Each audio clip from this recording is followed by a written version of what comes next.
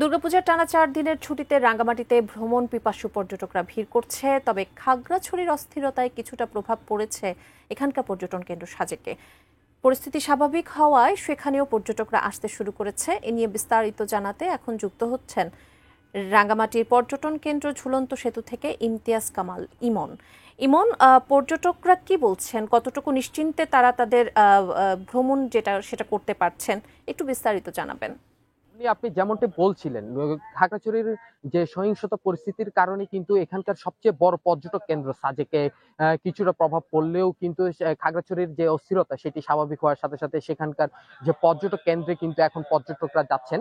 আমি আজ সকালে সেখানকার যে হোটেল মালিক সমিতির সভাপতি রয়েছে সুবর্ণ দেব বর্মন, তার সাথে কথা বলেছিলাম। তিনি আমাকে জানিয়েছে যে খাগড়াছড়ির সহিংসতার পর কিন্তু যে সেখানকার পরিস্থিতি স্বাভাবিক হওয়ার পরপরই সেখানে কিন্তু এখন পর্যটক যাচ্ছে। গতকালও প্রায় ১.৫ থেকে ২,০০০ পর্যটক কিন্তু সাজেকে ভ্রমণ করেছে। আজকেও কিন্তু বেশ কিছু পর্যটক কিন্তু সাজেকে যাচ্ছে। যেহেতু আজ যে দুর্গাপূজার ছুটির আজ চতুর্থতম দিন, আজ শেষ দিন বলা যায়।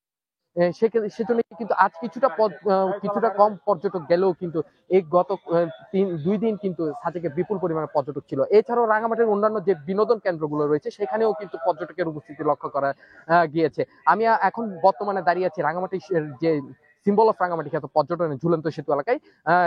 সেখানেও কিন্তু সকাল থেকে বিপুল পরিমাণে পর্যটক কিন্তু এখানে আসতে শুরু করেছে। এছাড়াও এখানকার যে ঝুলন্ত সেতুটি বিগত ২ মাস ধরে পানিতে ডুবে থাকার ফলে কিন্তু এখানে যারা আগত পর্যটকরা রয়েছে তারা এখানে এসে হতাশা প্রকাশ করছে। তারা এছাড়াও অন্যান্য যে বিনোদন স্পট গুলো রয়েছে যেমন পলয়েল পার্ক, আরণ্যক, আসাম বস্তি, কাপ্তাই সড়ক সহ এখানকার যে সকল ঝর্ণাগুলো রয়েছে সেখানেও কিন্তু পর্যটকরা ঘুরে বেড়াচ্ছেন। এছাড়াও এখানকার সকল পর্যটকের নিরাপত্তার জন্য কিন্তু এখানে টুরিস্ট পুলিশের পাশাপাশি জেলা প্রশাসনের জেলা পুলিশের যে পুলিশ রয়েছে তারাও কিন্তু নিরাপত্তার জন্য কাজ করে যাচ্ছে।